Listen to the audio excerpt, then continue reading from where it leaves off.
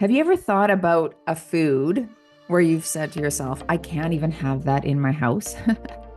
I've said that about chocolate, especially if I'm in a fat loss phase or I'm trying to lean out a little bit. Having specific foods in the house, it's in my brain all of the time. It just makes me want to go to the pantry and consume it. And sometimes I even get that, okay, I just got to eat it really quick. And once it's all done, then I'm good. Have you ever had that? Well, if you have, you are not alone. And today's expert guest is going to talk to us all about that. Dr. Susan Peirce Thompson is with us today, and her neuroscience focus and years spent teaching cognitive psychology. She is the expert who goes deeper into why lasting change takes more than discipline and willpower. Her work with bright line eating has inspired sustainable results for hundreds of thousands worldwide. Yeah, her new book is called Maintain. It's coming out. Wouldn't that be lovely if you did lose weight that you wanted to lose and then you were able to maintain it? Sometimes that maintenance is the hardest part, right? Susan is passionate about helping people find freedom from food addictions. So I know that for so many of us, our struggle is not maybe with the exercise component of moving daily and getting healthy, but it's with the nutrition. And so I'm excited to talk to Susan today. Let's welcome her to the podcast. Welcome to our podcast. I'm so excited to talk to you because as we were just speaking before recording here, this nutrition, our approach to nutrition, our struggles with nutrition, that is definitely the top thing that we see as trainers. And, we have over 600 members. And whenever we put out questions to see how we can help our female members more, it's almost always to do with nutrition. So excited to talk to you today. Welcome here today. Thank you so much, Tracy. It's good to be here. Why don't you start by telling us, we're all about moving daily in our fitness, wellness, and nutrition. And what does move daily mean to you? Like, how do we move daily in our approach to nutrition? Oh, that's an interesting question. Um, I'm going to be renegade and say I think the ideal is the opposite. I think the main way to nail nutrition is to make it as consistent and predictable and automated as possible, which means don't move. Yeah. What you had for breakfast yesterday, have it again today. I like Um, and I mean, just for me in nutrition, that has been the key is habit and automaticity. So, right. I have a food plan that includes some categories that I can swap in and out what I'm going to have. So, for example, I always have some protein at breakfast. I have protein, grain, and fruit at breakfast, but the protein could be Greek yogurt, it could be eggs, it could be a protein shake, but I'm going to have some protein. So, I like having categories where you can swap in or out, and that allows someone to be plant-based if they want to have tofu, tempeh, beans, nuts or seeds for that category, that works as well. Really, I think a lot of consistency. The people who are most successful in my program, they're eating a lot of the similar stuff Yeah. every single day in similar ways. And interestingly, I find the most movement in terms of nutritional shift happens at dinner, and that's the meal that people struggle with the most. I mean, by the end of the day, willpower is more depleted, and we can talk about how that works in the brain. The anterior cingulate cortex gets burned out. Okay, whatever. But also, it's the meal that people vary the most, right? They're Yeah. more likely to go out to eat. They're more likely to feel like they need to have a lot of variety where they New might feel more recipe. comfortable. Yeah. Yeah, exactly. Eating the same thing at breakfast, breakfast gets dialed in. So move the body, don't move the nutrition. Well, we hear a lot about how important it is to include diversity in our diet to get multiple plants and micronutrients. So how do you reconcile both of those things together with keeping things very similar and then also possibly, increasing diversity for our gut health? Yeah, it's a thing. That is a legitimate trade-off, I think. And one of the ways is I think to have a steady rhythm of eating that just includes a lot of diversity inherently. So for example, when I go to the grocery store and I'm buying lettuce for my salad that I have every night at dinner, I buy the mixed greens that have I think already 10, 12 different That's kinds of right. greens in there, So boom, I'm getting like 12 different species of plants just by Mhm. buying that clamshell plastic box of lettuce. So that kind of thing, right? You can actually make sure that you're getting a good 30 different plants in your diet every day and still not vary what you're eating that much. Well, and I think too, there's seasons maybe when we're in a fat loss phase, and it sounds like having that structure around the season is really crucial. So maybe once you're done the fat loss phase and you're more steady on your feet, I suppose, with your nutrition, then incorporating more might be ideal after that. My expertise is in helping people lose weight. That's what I do for a living. And so, yes, I think of weight loss as a one and done phase. You're going to, if you do it right, you're going to do it once, get that weight off, and then live in your right size body. I don't mean that right size as judgy, but just Sure. whatever feels right size for you, you Mhm. know. And I did that 23 years ago. I lost all my excess weight 23 years ago, and I've been living, I used to live with obesity, and now I'm slender. And so, yeah, you're gonna need more food as you transition to maintenance. That's just the way math works, right? You know, you're gonna need to eat less food to lose weight and then add a little bit more food. Yes, that does open the door for a little bit more variety for sure. Just more food. Typically, on my plan, people are eating all the vegetables that they're gonna eat right away on the weight loss plan. And what they're adding to transition to maintenance is a little more grain, a little more fat, maybe a little more protein, maybe an extra piece of fruit or two in the day. And but the vegetables are already there during the fat loss phase. Yeah. You say that automaticity is the key to bridging the willpower gap.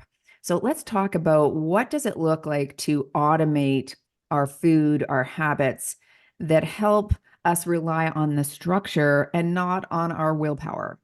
Yeah, totally. It is the key. And I think of things in these terms, and I'm always looking at plans and thinking, is that automatizable? And some things aren't very automatizable. Counting macros, tracking macros is not very automatizable. You're tracking all day long. It's very load heavy on the Mhm. brain. Yeah, what it looks like, I think you get an intuitive feel for it if you think about brushing your teeth. It's one of the things that most people have automated. And you could think about if you went to the dentist and the dentist said, well, great job brushing your teeth twice a day for the last 10 years that I've known you, but new research shows I need you to be brushing your teeth 6 times a day Mhm. now. When you went back to the dentist 6 months later, how well would you report that you'd been doing with that? Mhm. Probably not that well, right? And that just illustrates fewer times is better. And not just fewer times, but at certain times of the day. Wiring something into a morning routine and wiring something into a bedtime routine is a whole different beast than trying to fit something in midday when the day is in motion, right? And Mhm. so I teach people ideally to eat breakfast, lunch, and dinner. There is still this nice midday pause where people think about eating. If you've packed your lunch, you can usually nail lunch pretty well. And breakfast can be wired into a morning routine. Dinner can be wired into a getting home from work or evening routine. I find that it's harder to really stick the landing if you're trying to eat 6 times a day. Now, I know that people who work out a lot often are trying to get some sort of nutrition before or after a workout sometimes. And those things are relatively automatizable as well because the cue of either going to the gym or going to the weight stack or whatever you're doing, Mhm. or the track to run or whatever, or getting off of the workout routine, both of those cues can cue Yeah. you to eat. So automaticity is it's a huge thing, and we're saddled with making, I think research shows 221 food related decisions every day if we're not automating a bunch of it. Mhm. And it's just too much choice. There's too many variables in the mix there. You're definitely right that people find tracking tedious. We just held our March Meltway Challenge, and we have it every year. And one of the things that the women can participate in if they want is tracking their nutrients, their macronutrients, looking at fiber, protein. And for a lot of people, they're like, I just can't do it. It's just too hard. It's too many times a day, exactly what you said. And so the rub comes in there, like the tension, the just the non-desire to do it, it just starts to fill in there. When we talk about automatizing our breakfast, or you said morning routine and night routine, could you paint a picture of what that could look like for those that don't want to go down this tracking path? What could it look like? What does it look like in our breakfast, in our evening, to set things up so that we're successful? Sure, totally. I teach people to do this all day, every day. So if you have a food plan that has categories, and then each category has certain quantities, it's not so easy to sort of describe on a podcast, but when you get sort of a printout and it's like, okay, here's what you're going to eat, it starts to make a lot of sense. So breakfast would be certain categories. The categories would be protein, grain, fruit. And then you've got a table off to the side that says, okay, protein could be 2 eggs. It could be 8 ounces of Greek yogurt. It could be, 2 ounces of protein powder, etc. Right? And so now you get into a rhythm of, okay, my breakfast is an ounce of oats. I cook it up into oatmeal in the microwave. I put the Greek yogurt on top. I put the blueberries on top of that. Now you have a consistent breakfast. If you get bored with it, well, you could think, okay, tomorrow morning I'm going to have 2 eggs, 4 ounces of potatoes, and an apple. And now you get to have some variety, but you have the scaffolding, the structure of your food plan is protein, grain, fruit. That's what you're going to be eating in certain quantities. Yes, you're weighing it on a digital food scale, so you know exactly what you're getting. And then dinner is going to be protein, salad, cooked vegetable, fat. So the fat's probably going to be salad dressing on your salad. Yeah. So you're thinking for dinner, 4 ounces of chicken, 6 ounces of green beans, an 8 ounce salad, a tablespoon of olive oil, some balsamic vinegar. Yeah. But if you want to, you can switch that up and make yourself a big Moroccan carrot salad with chickpeas and, something else. So plenty of room for variety if you need it, but a structure that then can carry you into a restaurant. You know what the beauty of this is you Mhm. go to an Italian restaurant with your friend on Friday night and your brain is thinking protein, salad, vegetable. You're not even Right. seeing the pasta section, the pizza section, the dessert section of that menu because that's not on your plan. Yeah. You're fixated on where's the clean protein, where's the sides, because that's where I'm going to get the cooked vegetables. What's the Mhm. salad option, the one without the cheese and the craisins. And you're like a donkey with the blinders on, where you're just Right. looking for what you're looking for. I just was thinking when you were saying that I was in Italy last year and I found it hard to order at a restaurant because that's exactly what I was looking for, my categories. I was looking for more protein for the salads, and there was just a lot of pizza and pasta.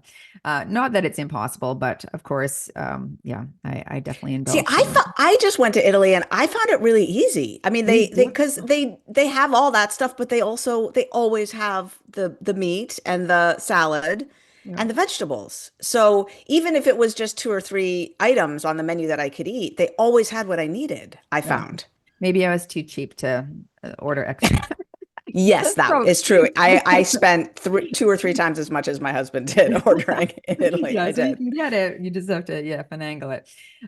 I like the idea of categories, though. I think that's an easy mind shift to make for our audience, and then it's a mix and match, isn't it? So you know your categories, and then for diversity, if you have the list, what are all my protein options? What are all my veg options? My grains or my complex carbs, my high fiber options, and then it's that mixing and matching. But yeah, that keeps the limbic friction, I guess, out of the decision making, right? That hard part where we're like, I don't know what to have. And so I'm just going to have something that's quick and easy because I don't have this laid out in front. So I'd like to talk a little bit about willpower here. You say that, yes, automaticity is the key to bridging that willpower gap. What do our brains have to do with weight loss? Like, what does that willpower inside of us have to do with weight loss?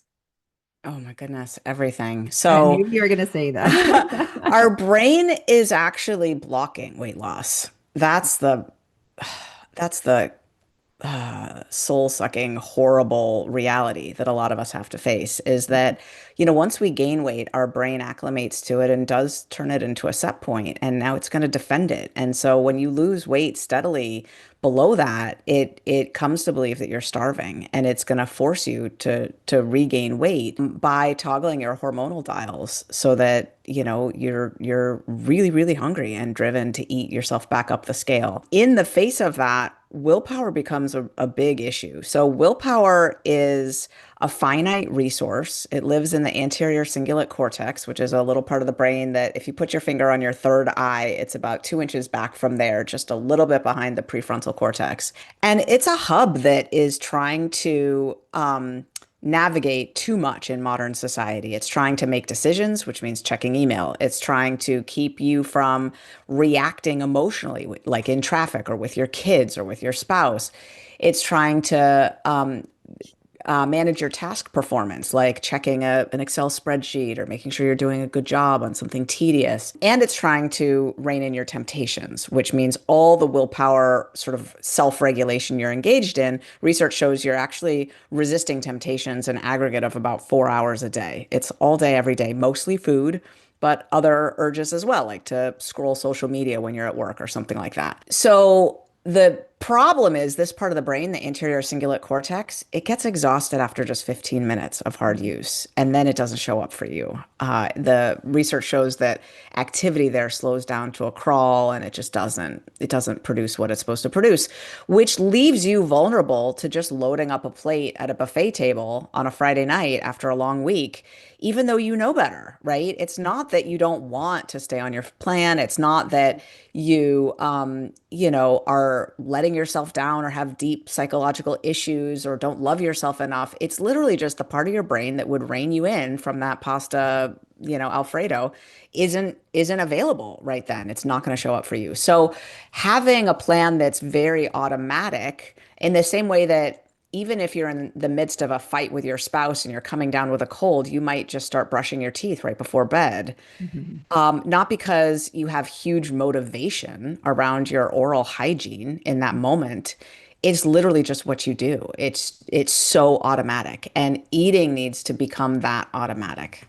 I like what you said about that identity plays a big role in this as well. And we're about that at Move Daily Fitness too. I quote Seth Godin here when he says, people like us do things like this. And if you want to be a fit and healthy person, you do what fit and healthy people do. And it has to become this identity of who I am. This is who I am on vacation. This is who I am, when I don't have a good sleep. This is who I am when we're going out to eat on a Friday night. That this is what I do. And I know that, yeah, identity is really big in your work as well. Can you talk to us about why that's so important? It's interesting. That's what my new book is all about, actually, is the identity of keeping weight off, not just losing weight, but keeping it off. You can lose weight without shifting your identity. It's called a diet.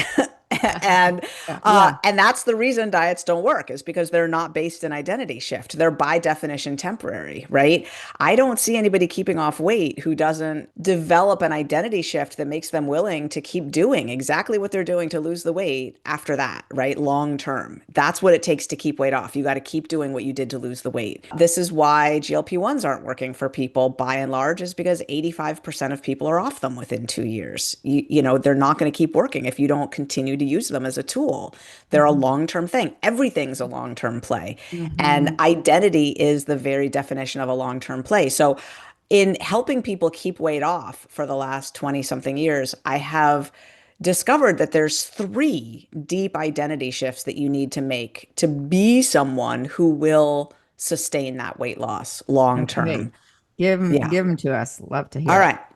The first one is you've got to be devoted. This is what people would expect. This is the you can't just diet. Diets don't work. You have to change your lifestyle. Well, what does that mean? It means being devoted. It's like okay, now you're a vegetarian. That means devoted to not eating meat, right? It's an identity shift, right? But you have to be devoted to whatever the program was that helped you lose the weight. So whether that's Weight Watchers and CrossFit or bright line eating or whatever it is that you're going to do to lose that weight, you've got to be devoted to doing that long term. And that means you're not stopping because you're on a cruise. It means you're not having a massive cheat day because it's your birthday or your spouse's birthday. It means if you think about how the year unfolds, right?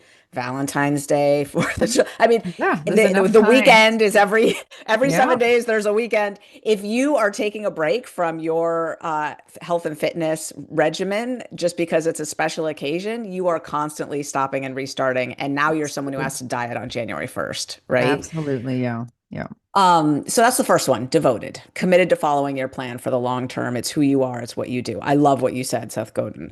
People like us do things like this. Absolutely. The second one is you have to become resourced.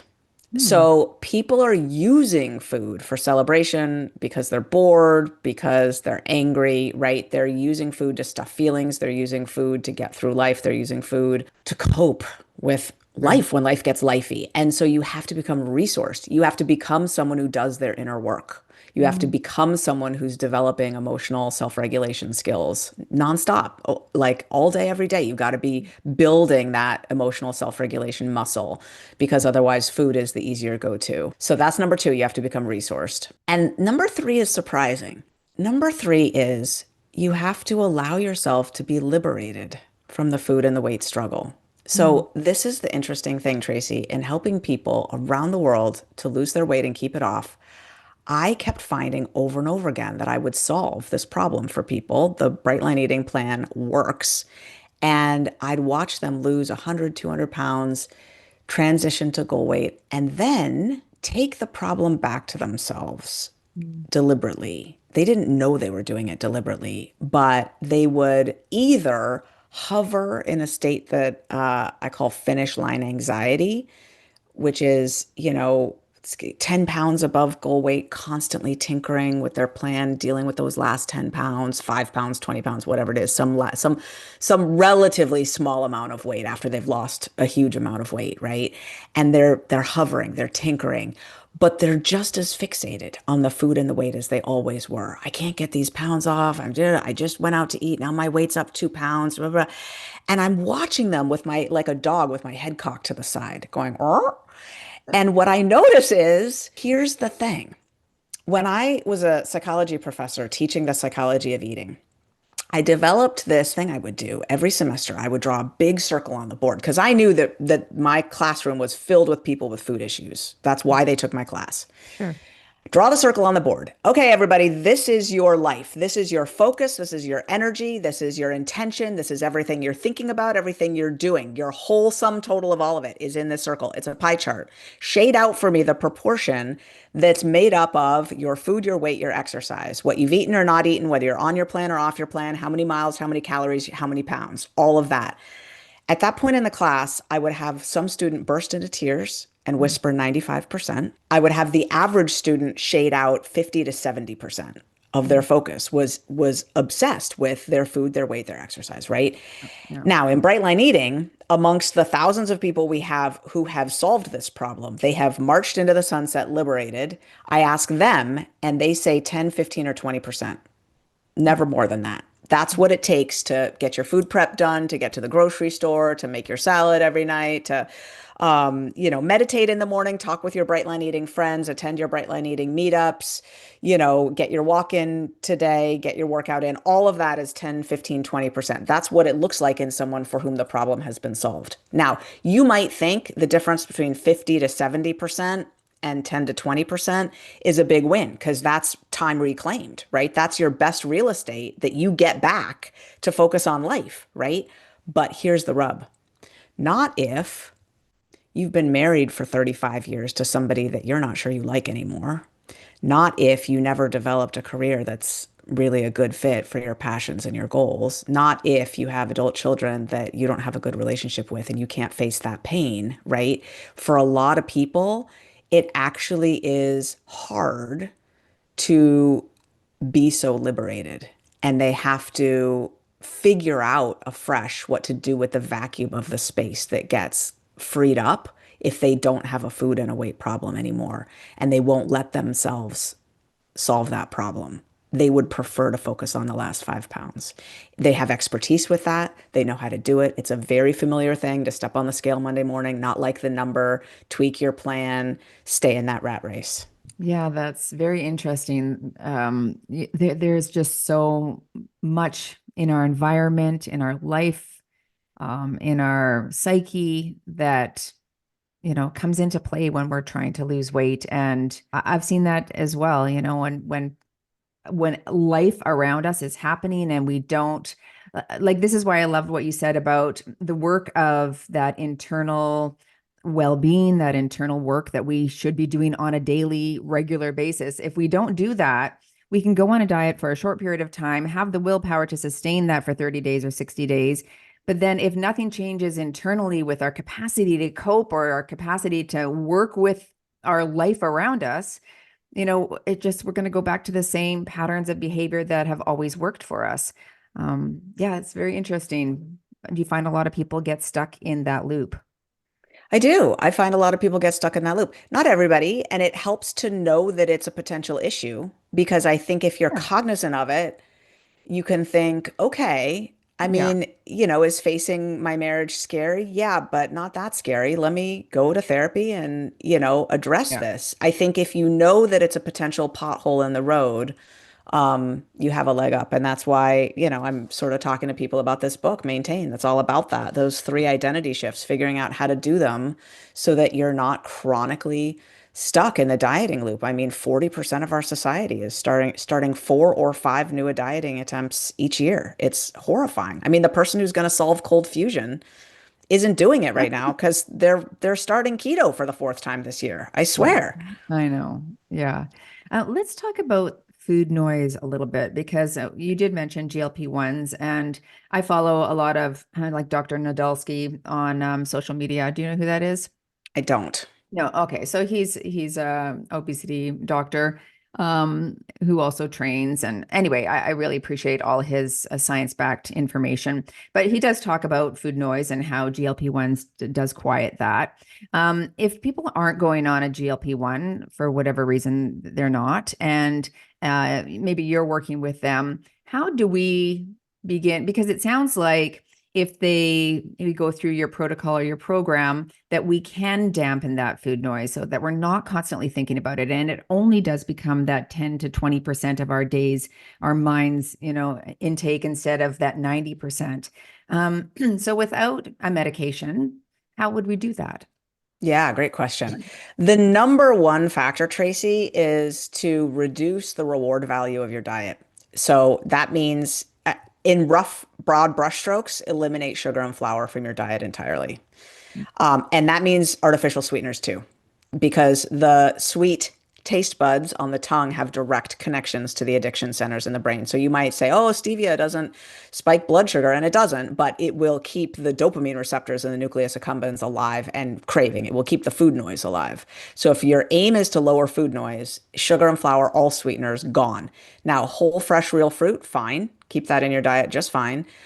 Eat it with meals though, so you're blunting the glycemic load there and also blunting the impact on your taste buds a little bit. And watch out for sexiness in your food in general. Some people don't have a sweet tooth, they have a meat tooth. Okay, watch the peanut butter, watch the bacon, watch the, Mhm. you know, ribeye steak, know yourself, right? If sausage is becoming a problem, that those are high reward value foods too. So you got to watch those potentially. And then interestingly, GLP-1 is stimulated by mastication. So make sure you're chewing your food enough. If you're eating whole real food, you probably are, but this means that vegetable soup is not the same as eating a salad. You need to actually be chewing a bunch. So if you're eating your calories through drinking, protein shakes Right. and eating soup, you're not going to get the same benefit as chewing, crunching on, Sure. raw apples and carrot sticks, right? So really look at how much you're masticating. And then, what else would I say about it? Fiber also releases some of those hormones as well, GLP-1. So leptin is actually a stronger food noise hunger hormone than GLP-1. Scientists aren't talking about it because they can't do anything with it medication wise. Because the issue with leptin, and so leptin is the hormone that makes you thin, Mhm. essentially. It's the hormone that says you're done eating and now you want to get moving. It's like, out in the wild, it's the reason that deer and, squirrels are never, ever, ever, ever fat, right? In mammals, when when adipose tissue expands and we get fatter, which we will a little bit if the berry bushes are in season and we just killed a wildebeest, right? We'll eat a bunch and we will get a little bit fatter. Those plumper fat cells will release leptin, and that will circle back to the brain to say, you don't need to eat anymore right now. What you need to go do is find a mate or build a hut or go kill another wildebeest so you have food next month, right? And so, yeah, it's the hormone that keeps your body in homeostasis fat wise. So it's not working anymore because it's being blocked in the brain. And it's being blocked by high insulin, high triglycerides, and high inflammation. All the signs of a crappy diet. Hmm. So this is why there basically is, if you're not going to be on a GLP-1, there is no workaround to eating well. You have to eat well to for your brain to allow you to be lean. But if you get your leptin signaling back by eating in such a way, lots of vegetables, lots of, really clean foods, now your baseline insulin comes down, your inflammation comes down, your triglycerides come down, and now your brain can see your leptin, you're chewing your food, GLP-1's being released, it balances out all your hormones. In my program, we get the same effects of Ozempic without drugs. I mean, we've published a study in Frontiers in Psychiatry with, the graphs, like literally the same weight loss effects, the same food noise effects. You can get that without taking a medication. You have to eat really well. Hmm. I read Anna Lemke's book, Dopamine Nation, Hmm. which it was a good book. I didn't know much about dopamine and how it functioned before that, but it's that anticipatory thought about a chocolate chip cookie for me. That's what it would be. Chocolate, that sometimes if I start to think about it, it's like I can't stop. I can't stop the train, right? It's like I've Mm, allowed that dopamine to flood me, and now it's all I can think about. And that one cookie tasted really good. I'm sure two will taste better, three will taste better. And, you can eventually go on that, a trail that you don't want to go on and said you weren't going to go on, but there you are finding yourself inhaling all the cookies. So how do we work with our dopamine receptors? Like, how do we begin to notice? I guess it's about being aware that these things are a trigger for us, or whatever it yeah. is, a trigger for each independent person here. But for me, thinking about cookies, how do I work with that, knowing that that might derail me? But it's just so easy to go, oh, that would taste so good in my mouth, which would flood me with good feelings. And Yeah. even if I'm not trying to fight off feelings that are bad, sometimes it's just out driving and it's that habit. Okay, if I'm out and having a coffee, wouldn't a cookie taste good with this? So Yeah. yeah, talk to us about that whole dopamine system and how it functions. We talk a lot in Bright Line Eating about the anatomy of our food thoughts because a lot of people haven't really shined the flashlight on their food thoughts to really look at how it works. It starts with what I call a dragonfly, just flying over and lighting gently on your shoulder or nearby. It's like that question mark, wouldn't you like to? Maybe. Right? Haunting.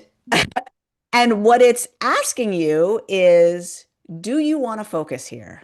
Are you going to stare at me, fondle me, talk to me until I grow into a dragon? Mm. And dragonflies are easy to swat away. Dragons, not so much. Dragons Right. become a problem, right?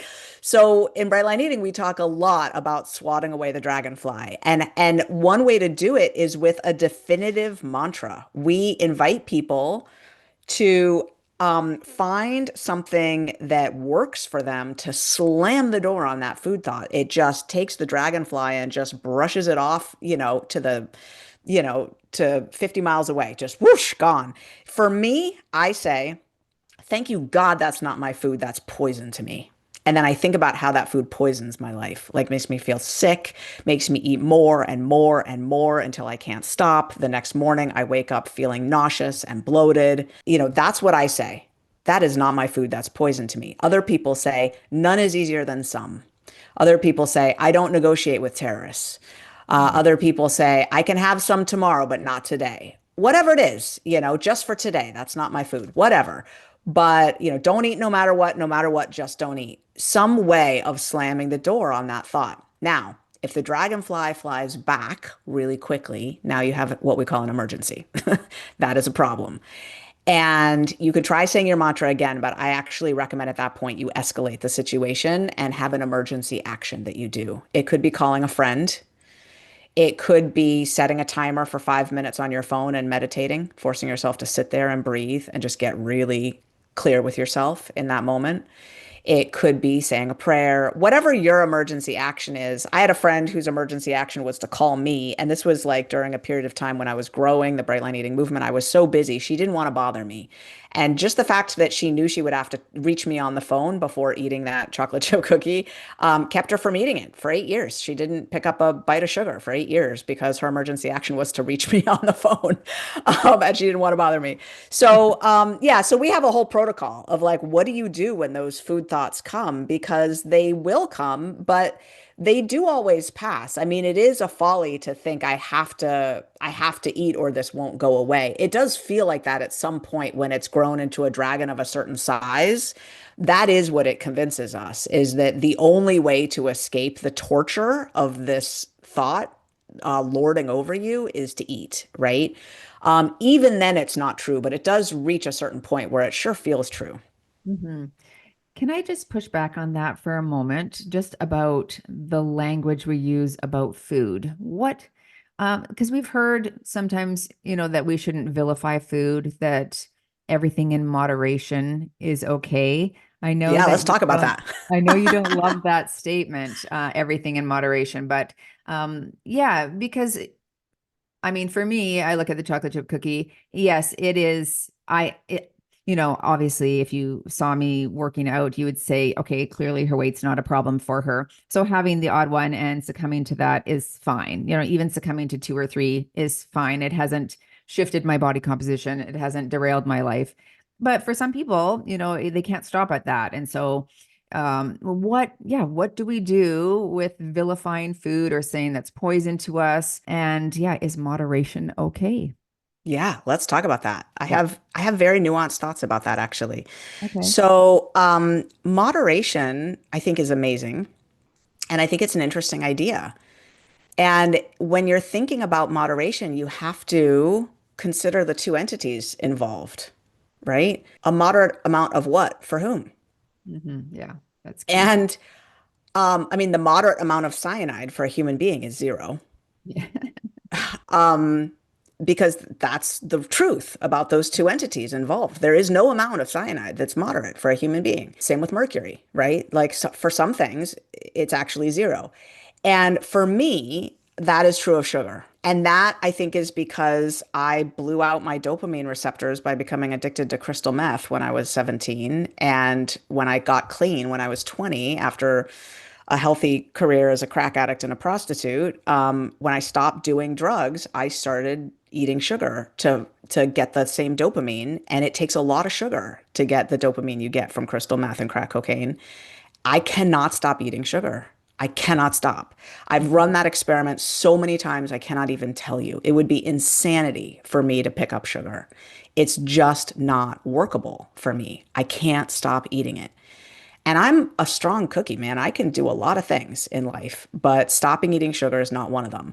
And so for me, I just do better when I eliminate sugar from my diet. Now, some people say that, and that's one of the things I help people do for a living is I help them stop eating sugar.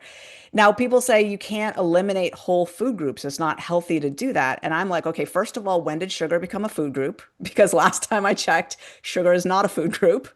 Sugar is not even a food. It's a drug. It's made just like drugs, right? It's not even a food. I mean, it contains calories, but Oreos and Cheeto Puffs contain calories. Not everything that contains calories, I would argue, is food. Foods are like, they grow in the ground and that, things that are born in factories and poured into bags. I'm gonna say, okay, I'm not, Frankenfoods, they're like edible food stuffs that are now in our food environment. So, okay, we can debate that all day. I would say that for 90% of the population, eating those foods in moderation is fine. I think that for 90% of the population, and we can quibble about the percentages, but maybe 80% of the population, maybe 95% of the population, but for most people, absolutely, there's nothing wrong with having a cookie. And I don't even think there's anything wrong for me with having a cookie. It's just intensely unwise. It's like when addiction is in the mix, the consequences of having a little bit become so outsized, right? That is kind of one definition of addiction. For someone who's not addicted to alcohol, not alcoholic, having a drink is not a problem. For someone who has a long history of alcoholic drinking, having one drink, especially after a period of sobriety, could be catastrophically life altering. Lose your kids, end up in jail, misery, right? Not worth it. And so for that person, I would say the moderate amount of alcohol is zero. And sugar is that addictive. I mean, Anna Lemke in her book talks about, the earliest studies on rats with dopamine responses were done with glucose. They weren't done with opiates. Like we learned what we know about addiction in dopamine in the brain with glucose, right? Mhm. So we're not just making up that this stuff is addictive. You look at a brain scan, it's addictive. That you dropped all that, and then I just wanted to say things in between there, but that's a great explanation. But it just shows that context is so important as well. Wow about your background, and that you've come to where you're at. I think that is just tremendous. I didn't know that about you, and I now Dr. Susan is PhD and has on her sixth book. I think that's all tremendous.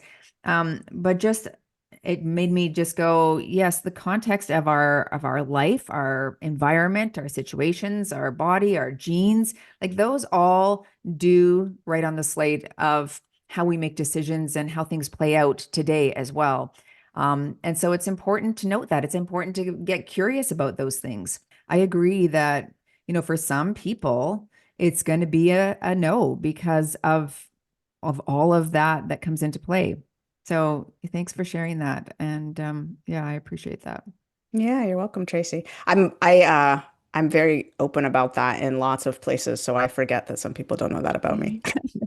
I mean, yes, I didn't read that when I was doing my research, so that is interesting to know. But it is interesting that it is that our life does really, when we observe where we're at and the things that we struggle with, and maybe they're consistent struggles, for a lot of people consistently can't lose weight and what's going on. The story is just so much deeper for so many of us. And Mm, this is why we encourage the wellness part of Move Daily Fitness, because it's so important to explore, like open up Pandora's box and see what's, down deep, and to work with those parts, because they do influence our decisions and our abilities in the now. So I think that's important. Okay, I think we're almost out of time here. I don't want to keep you too long, or I just had one more question here. If you could change one thing about how women approach nutrition in midlife, what would it be?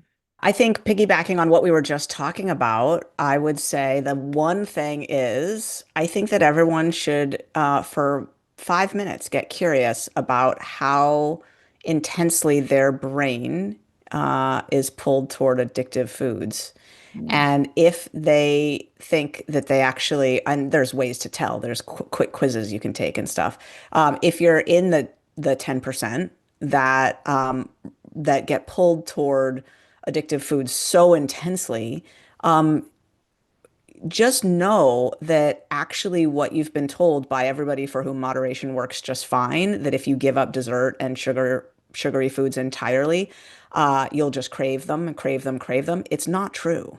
Mhm. Just like when I quit smoking, I'm not, as a non-smoker, pining every day for a cigarette. I did for a little while, but now I'm completely free. Yeah. And you can actually get completely free if you give up sugar. So I think that's the one thing I would want women in midlife to really be thinking about, in terms of health, fitness, nutrition is it possible that I have a brain that's addicted to certain foods? And can I just face that about myself and maybe get myself the support that I need so that I don't have to keep hurting myself with food? Which one of your books highlights that the most? The The first addiction one, one? Bright Line Eating. Right line eating. Okay. Yeah. And there's an Uh, easy quiz at foodaddictionquiz.com, okay. foodaddictionquiz.com. Okay, Yeah. fabulous. I will link that in the description below for all of those interested. And Susan, could you tell us where people can follow you and or work with you? Yeah. Brightlineeating.com. Brightline Eating. Uh, Yeah. They can find me there. are you on Instagram? You have I a am all the platform, but you places. Yeah. yeah. Yeah. And Brightline And Eating is, yeah. it's Bright Line Eating on Instagram as well, right? Check the description below, folks. You'll find all that you need right there. Well, thank you so much for being my guest today. This was an enlightening conversation and always good to think about, yeah, what's going on internally, not just do I have the willpower? Why can't I stick with this diet? But really explore some of those things that drive food behavior. And so thank you for your insight today. You're welcome, Tracy. Great to be with you. Now, to all of you, go move daily in your fitness, your wellness, your nutrition, and we'll see you all in the next Move Daily Talks.